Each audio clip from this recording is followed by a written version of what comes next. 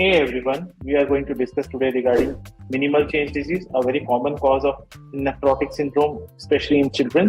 So please stay tuned till the end of the video. We are going to capture all the high end points and going to have lots of learning today. So minimal change disease, here what happens?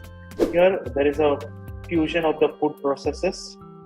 There is a loss of anionic charge on the glomeruli that happens.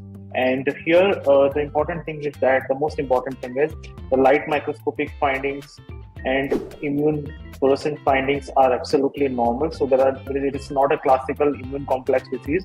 There will be no immune complex deposits over here. It is known to be precipitated by some elaboration of cytokines that inflicts injury to the epithelial food processes.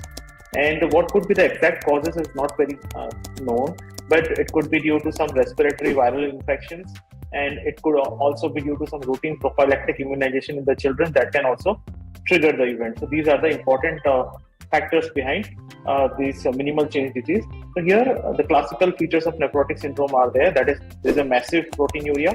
Generally more than 3.5 gram per day protein is excreted, with highly selective albuminuria is seen. That is the important feature.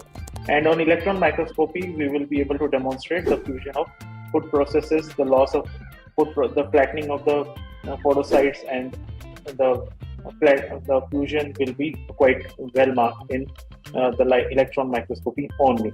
And how to treat the patient? So it is generally seen in children. Sometimes it may be even seen in adults, and even elderly age group patients are also, like in extreme age group like 80s, and patients in 80s are also may be seen. In especially in adults and elderly individuals, the prognosis may be bad, but in children generally the prognosis is good, and it responds dramatically well with corticosteroid.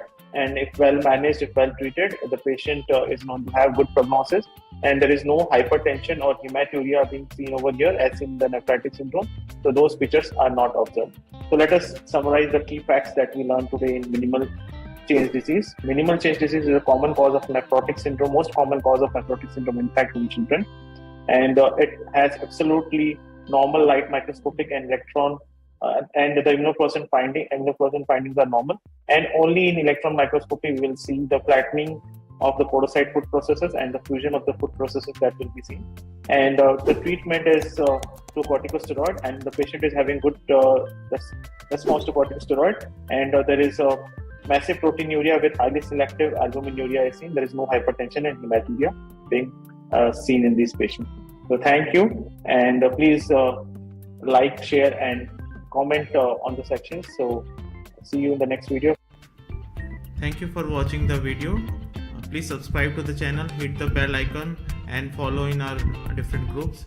And please stay tuned for the next video. See you in the next video. Thank you.